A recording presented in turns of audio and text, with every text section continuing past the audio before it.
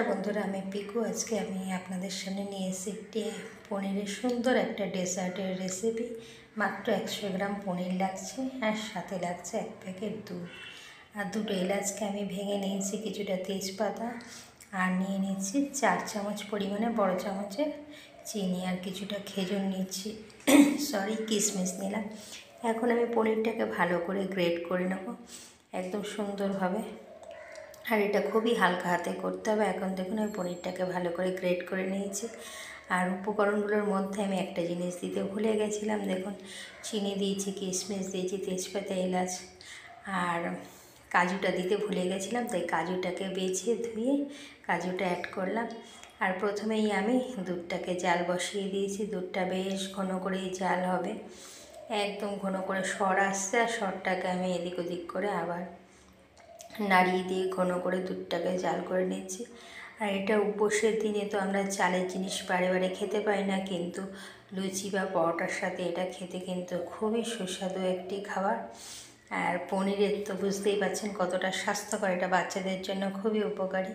আর এখন আমি একটু এই চামচটার 1 চামচ আমি চিনিটাকে ক্যারামেল করে নেব, তাহলে কালারটা দেখতেও বেশ ভালো লাগবে। আর দেখুন একটু কালারটা ধরেও এসে সামান্য একটু আমি এর মধ্যে জল অ্যাড করলাম, করে আমি দুধের মধ্যে দিয়ে দেবো। যেহেতু জলটা অ্যাড করেছি জন্য দুধটাকে আমি আরও মিনিট 10 জাল করে নেব ভালো করে। এরপর আমি কড়াইতে দিয়ে দিলাম ফ্রাইং প্যানে 1 চামচ একটু ঘনত্ব 1 চামচ একটু আমি থমথমে ঘিটা আমি দিয়ে দিলাম। এবার ঘিটা যেই গলে এসছে, এখন আমি পনিরটাকে ভালো করে নেড়ে চেড়ে নেব। একদম হালকা হাতে নাড়াচাড়াটা করতে হবে, কারণ পনিরটা তো এমনিতেই খুবই নরম। একদম ভালো করে নাড়াচাড়া করে নিয়ে এবার দেখুন আমি বেশ ভালো করে একটু ভাজাটা হয়ে এসছে, আর একটু একটু কালারও চলে এসছে। আর বেশি ভাজবো না, তাহলে পনিরটা শক্ত হয়ে যেতে পারে। একদম ফ্রেশ পনির নিয়েছি এটার সাথে। আর এখন আমি দুধটাকে অ্যাড করে দেবো। এখন এটাকে ভালো করে মিশিয়ে নিচ্ছি। আর বারবারই করেই বলছি, এটাকে খুবই হালকা হাতে করতে হবে। একজন আমি হাতা টাতা নিয়ে নিই, একদম চামচ দিয়ে একটু এদিক ওদিক করে। আর এখন আমি একে একে তেজপাতা, এলাচ, কিশমিশ, কাজু বাদাম অ্যাড করে দিলাম।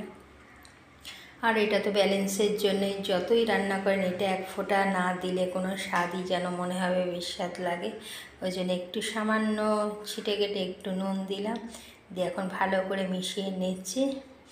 আর এরপরে আমি চিনিটাকে অ্যাড করব। এখন আমি চিনিটা অ্যাড করে নিয়েছি, আর একটু জাল উঠুক। আর ভালো করে জালটা হয়ে গেছে, আর একটু ঘন হয়েছে। এরপর আমি চিনিটা দিয়ে দিলাম। চিনিটা দিয়েও আর মিনিট 5 আমি আরও জাল দেবো। এটাকে একদম ক্ষীর যেরকম হয় একদম সুন্দর একটা থিকনেস আসবে, সেই পর্যায়ে আমি নামাবো। আর দেখুন আবারও আমি চামচ দিয়ে একটু এদিক ওদিক করে নেড়ে ছেড়ে দিচ্ছি। আর দেখুন এইবারে একদম ঘনত্বটা একদম নামানোর মতনই এসছে।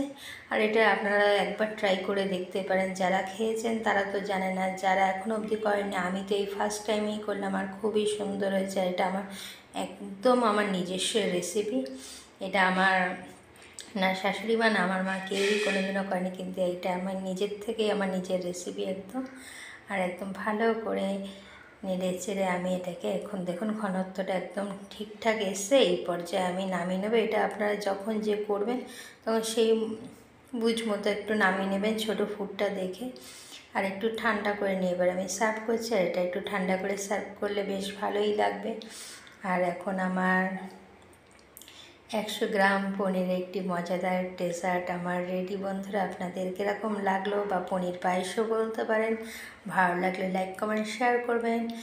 বন্ধুরা, পরে একটি সুন্দর রেসিপির সঙ্গে দেখা হবে। আর এটা বাচ্চাদের জন্য তো খুবই একটি স্বাস্থ্যকর একটি রেসিপি, আর বাচ্চারা হয়তো পছন্দও করবে যদি ফ্রিজ থেকে বের করে একটু হালকা ঠান্ডা করে বাচ্চাদের সামনে ধরা হয়।